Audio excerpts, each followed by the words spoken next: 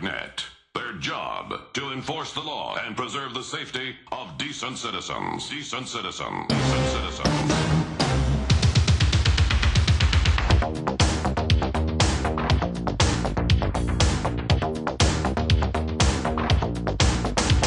The story is true. The story is true. And in Phoenix, Arizona, prosecutors said Bishop Thomas O'Brien fought them for months over the release of church documents that they were seeking in their investigation of abusive priests. 2 weeks ago, O'Brien relented, signing an agreement in which he admitted keeping known pedophile priests in positions with access to children. In exchange, O'Brien was given immunity from prosecution.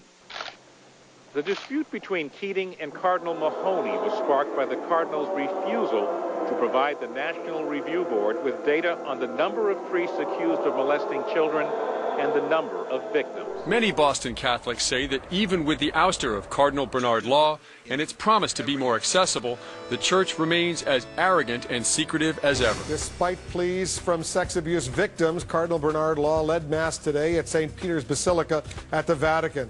The former Archbishop of Boston now serves as archpriest at a church in Rome. Records show he knowingly moved priests accused of sexual abuse from parish to parish without disclosing allegations against them. Cardinal Egan now implicated in the latest crisis in a growing sex abuse scandal. The Hartford Courant obtained sealed court documents that accused Egan of reassigning priests after sexual abuse allegations were made and failing to report those alleged incidents to authorities.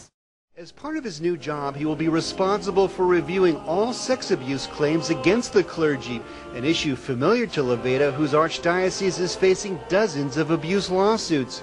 Members of the priest abuse victims group known as SNAP say Levada has shielded abusing priests. Daniel Walsh was appointed Bishop of California's Santa Rosa Diocese 6 years ago. In large part, his job was to restore trust in a church community rocked by sexual abuse. Church leaders and parishioners put their faith in Walsh because he had been outspoken about the church's zero-tolerance policy. But now, Walsh is the subject of an investigation that could lead to the first indictment of a U.S. Catholic bishop for failing to report an abusive priest. Walsh says that after the priest admitted molesting 3 boys, he did not notify authorities immediately. If he's not indicted on these clear facts and this predator got away, it's just going to perpetuate the system that created the massive child abuse that we have. Marcia was assigned to Sacred Heart Church in Lake Worth in the mid-60s. Foley was an altar boy there. Marcia says they took trips to New York and Washington. Priest admission is shocking, but consider this raw data. A survey commissioned by the U.S. Catholic Church found more than 10,000 allegations of sexual abuse involving more than 4,300 priests and deacons. 81% of the alleged victims were male, 19% were female. The study covered the years between 1950 and 2002. Almost never. By next Friday. You can let a kid in about that. Almost never. Almost never. Thank God it's Friday!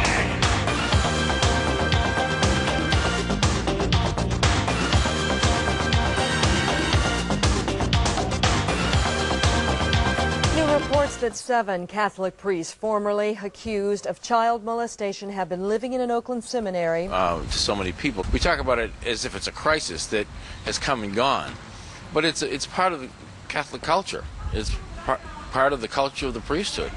They're purportedly the most moral institution in the world, but they're evil. They're nothing but evil.